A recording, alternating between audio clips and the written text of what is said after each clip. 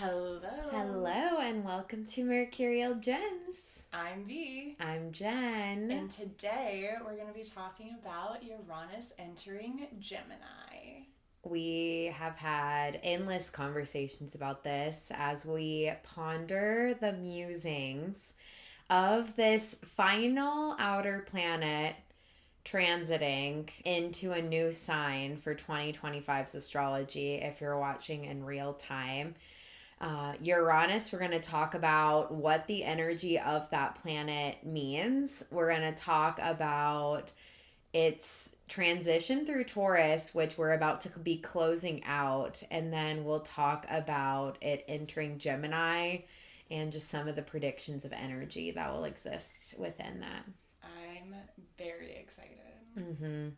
Yeah, so talking about the general energy of the planet first. So, when you think of Uranus, you need to also be thinking in terms of Aquarius, the sign that it rules, and the 11th house. So, if you have strong Aquarius energy in your birth chart or you have some 11th house placements, you can kind of ponder some of the energetic blueprint that exists within those because that is Uranus energy. And it's also important to see for most millennial age range and even portions of Gen Z, we have Uranus in Capricorn. It did shift into Aquarius, so that's kind of the range. But no matter what age you are, Uranus and paying attention to the sign and the house it's in, it's going to be where you catalyze a lot of this energy. And you obviously want to check aspects to Uranus in your birth chart because Uranus, whatever it touches, it's going to rebel some of the energy of that planet placement and lead to kind of unexpected happenings. So I see the energy of the planet as being sort of electric, and it's there to help bring like future innovative sort of energy. It rebels against system structure. It wants freedom of expression. It wants there to be no rules. It wants you to be an oddball little weirdo and to own that completely. It kind of is where we're going to be quirkier in our birth chart or do things very different or be perceived like even more out of the box in that area. And if it touches another planet, it's going to even change the energy of that planet. For a lot of us millennials, we have Uranus and Neptune like touching Conjunct, in our chart. Yeah, and it's an interesting time period to be born in. I don't know the exact date range, but for a lot of us, we don't have Uranus without Neptune if you're in that like millennial age range. But there is, different ebbs and flows through time. And I think Uranus, what's important when you look at Pluto and Neptune, Uranus, and even Saturn is it's grouping us. It's considered a generational planet. It groups us into larger chunks of people. So it kind of gives a reason why you and your peers will all hold like at least an energetic undertone the same in what you care about and value. And that's why when it changes signs, it's a big deal because not only is there a whole other generation now going to be born under Uranus and Gemini, but we also will feel a big collective shift energetically because it's a planet that moves a lot slower in the sky. And when planets that typically don't orbit quick change, it's in the air. And so it has been in Taurus, and I believe it was since 2018 that we've had it there. And there has been a lot of shifts in my personal life around Uranus and Taurus. I think this was kind of an interesting combination because Taurus doesn't like change, and Uranus really promotes unexpected change. And I think Taurus energy has been kicked a little bit more forward, like very unconventional things occurred that maybe wouldn't have occurred without that extra boost in energy from your Uranus coming in and helping. But you want to look at the Taurus portion of your birth chart, even if you don't have planets in Taurus. Like, what house has Taurus on the outside when you look at your birth chart wheel? For my own personal reflections, I'm a Virgo rising. It was hitting my ninth house. And I went through so many shifts and changes around spirituality. I think my beliefs. You did a lot of travel. Yeah, lots of travel. I was like at the very first time we were in Taurus season. Once Uranus was in Taurus, which was really fun to look at, like the April, May date range from 2018 to current, to kind of see when the sun was already in Taurus with that amplified Uranus energy, like what was coming up. And for me, I was traveling to other countries. I really started leading yoga retreats with this. So, like, the teaching that comes with the ninth house, the spirituality that comes with the ninth house, the higher perspective. I went through, like... But the cozy of Taurus. Yeah. It was like relaxing retreats, very all-encompassing. My company's called Senseful Wellness. And I just started becoming so passionate about learning about my neurodivergence, making sure I created ways to teach people how to honor their own sensory needs a lot more. And yeah, it was very impactful. I don't have any personal planets in Taurus, and it was still that big of energy. Do you want to share some of yours? Yeah, so I'm a Sagittarius rising, which makes Taurus my 6th house. And I do have a planet and my south node in Taurus. So I have Venus Taurus in my 6th house, and I have my south node there. And I think they're conjunct. Mm-hmm. Yeah, they're not quite touching, but they're within those 10 degrees. And so for me, the 6th house is a house of health and routine. 2018, I was working at a gym. It started out very, like, almost like too intense, extreme health. Like, I was spending hours and hours at the gym. If I wasn't working, I was working out. I was like drinking smoothies all the time. I got swept up in that Herbalife shit. I was just like really hardcore. I was really into bodybuilding, but like I'm very hypermobile. We've talked about that on this pod before, and so like that just wasn't great for my body, but like initially like went real hard. You got the blast of absolutely Uranus. just woof. The other side, I'm a yoga teacher, 200-hour certified yoga teacher. I'm working on my 300-hour certification so I can be 500-hour certified. Gotten my Reiki certification. I found much more of a mind body spirit connection. And like speaking of like the rebellion of when I first started in my like health journey, it was very standard. It was very westernized, like go to the gym, be skinny, hate your body, that's why you're there. And now it's coming from not just only a place of love, but I feel like it is a little rebellious to have this like spirituality tied into like my mind body spirit practice. Like, yeah, you also got your mental health diagnosis. Yeah, and so did I. So interesting enough. I got diagnosed with DID, and I realized I'm very autistic. So I then got to spend a few years of this transit unpacking my mental health and finding ways to ground down and regulate my nervous system, which you know we love to talk about on this pod. I attribute a lot of my fixation of the nervous system to Uranus and Taurus. Uranus holds nervous system energy regardless of what sign it's touching, because it has that electric sort of feel. So on brand. And the most wild thing to witness for V was Venus South Node is definitely relationship karmic tie-ins. Right when Uranus in Taurus was direct conjunct V's Taurus Venus, they got a divorce. Mm-hmm. To the day. To the exact day.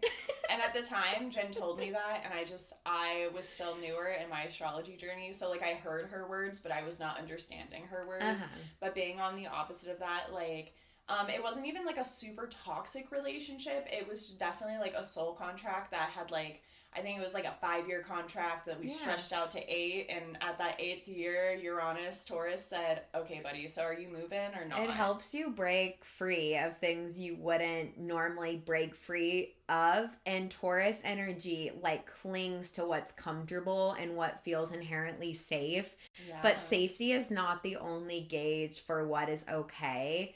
And it makes you rebel in that energy and to take up more space, and it's going to cancel out any blocks that's keeping you from your highest self-expression. No, and that's literally like, I could not add anything more to the exact reason why I ended up divorced. Like, that was it. It was 1,000% that like Tauran rebellion energy of like, this is safe and comfortable, but is it for my highest self? Mm-hmm. No. Whenever I do birth chart readings, I always see that as an area where you need a lot of freedom, and there can be planets aspecting Uranus to where you actually struggle with embracing that energy. But what's beautiful is that the current sky is always a moving clock, and it's going to keep teaching you the wisdom of every single sign as it moves across. So with that being our reflection of it hitting Taurus, which definitely spend some time to do your own digging. Even if you don't have a consistent journal practice from 2018, one thing that we've been recommending to friends is scroll through your camera roll. Mm-hmm. It's been super helpful to like jog the memory. Yeah.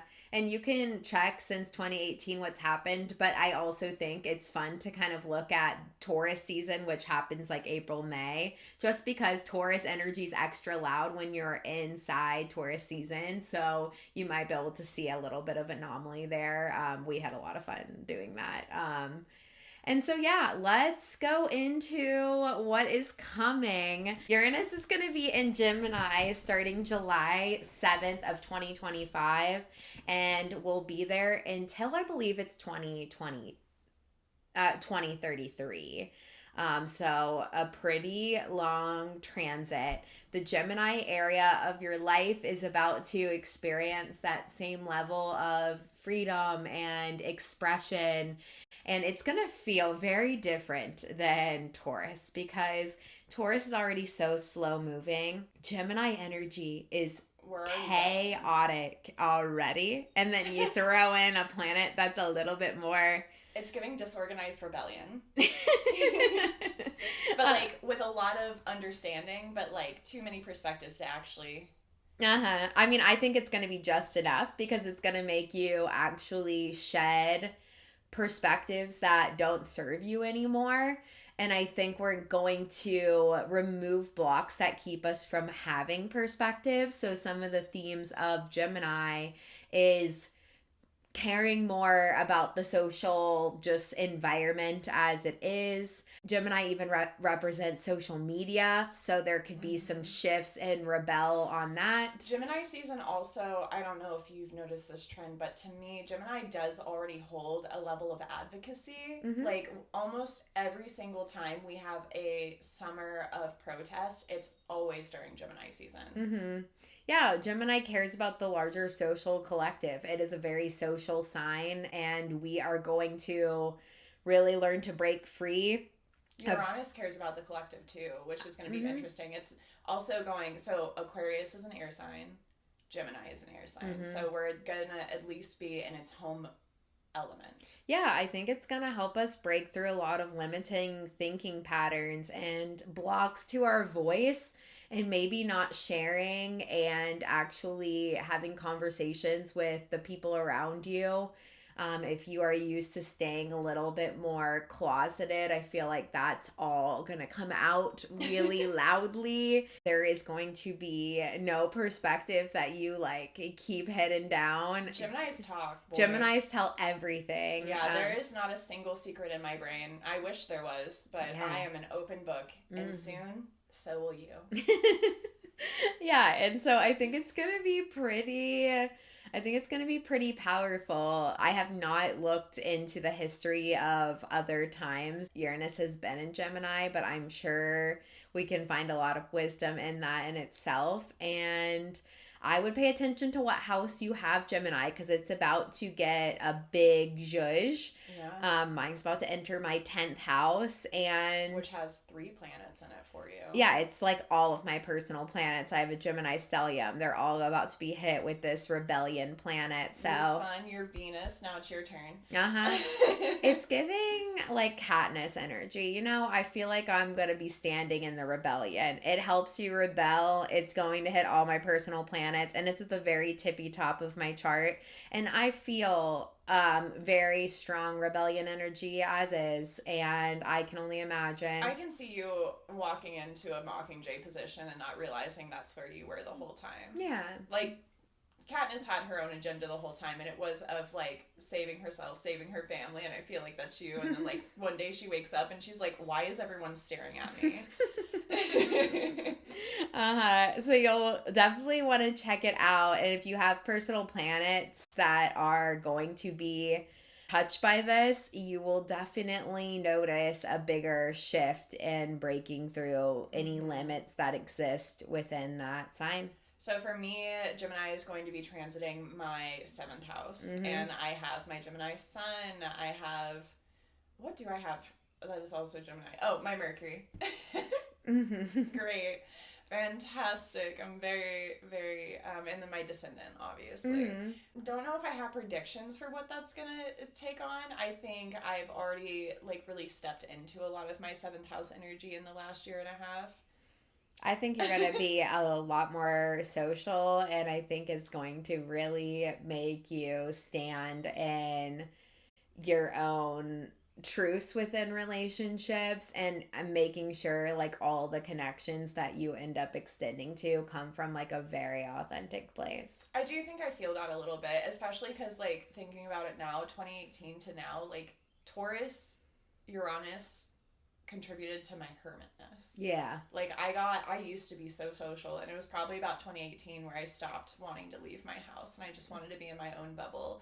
And like that has served me for many different reasons. I've healed a lot because of that, but I also find that our June calendar is booked, and our July calendar is going to be booked, and it's not overwhelming to the way that like it would have been 2 years ago for me. Like, I really could not leave my house very much. Like, borderline agoraphobic. I don't think I would throw myself in that category, but I was very close. And now, like, yeah, we have all these little communities. We have 3 different meetup groups that we're, you know, hosting events for in Asheville. We have retreats, and we're doing like all sorts of outreach for the community. Yeah. And we're definitely not only like using our voices for advocacy, but like sharing our resources for advocacy for those who feel paralyzed by it. It's kind of already giving. So if you're watching in real time, obviously the political environment of 2025 is very intense. There is a lot happening in the world, and I don't think we could have a better transit coming to radically take up space in what matters and talking all of it out, because we need representation for everyone's stuff, and Gemini is so exposing compared to Taurus energy. So I think it can only be helpful, and I think we'll find very creative ways to communicate and use the media to help us out. And there is an attack on journalists right now happening in current time. A lot of people's voices are trying to be silenced, and that's just censored not gonna work with Uranus Gemini.